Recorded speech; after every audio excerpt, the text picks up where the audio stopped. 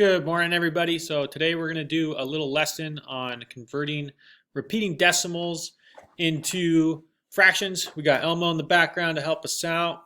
He's on fire, but we'll try to be on fire with our math moves. So if we have a repeating decimal, it's going to look like this with a line over the top, and that's saying the same thing as 0.7777 going on forever. So what we want to do is we want to get rid of all those repeating decimals because we can't write something that goes on forever. So what we can do is set our repeating decimal to a variable. So we're going to say that x equals 0.7 repeating. So when we do that, we're telling ourselves that x is equal to that. So what we can also do is, well, what would 10x be? So all we would have to do to figure that out is multiply our repeating decimal by 10. So if we do that, we move that decimal spot over 1 and we get 7.777 going on forever and ever. So what's nice about this, let me zoom in here a little bit for us, is we can subtract these two from each other.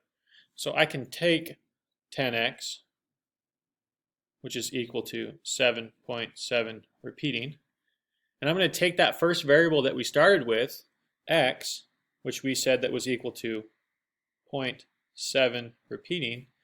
And what we can do is, if we're doing the same thing to both sides, we're going to subtract these two equations from each other. Now, we did this a little bit last year towards the end, but we're going to need a little reminder, I bet. So if we do that, this 10x, and we're going to take away one more x, that's going to end us with 9x. On this right side, you'll notice that our repeating decimal is lined up. So what is going to happen is that repeating decimal is going to go away, and we are left with just 7. So now we have a one-step algebra problem, which we learned a little bit last year and had some review. It's like the first step into algebra. So what we can do here is we can divide both sides by 9 because we want to get that x all by itself. And 9 divided by 9 is going to give us just 1. So we have 1x over here, which we can write just as x. And on the right side, we have 7 over 9. And that is going to be our fraction.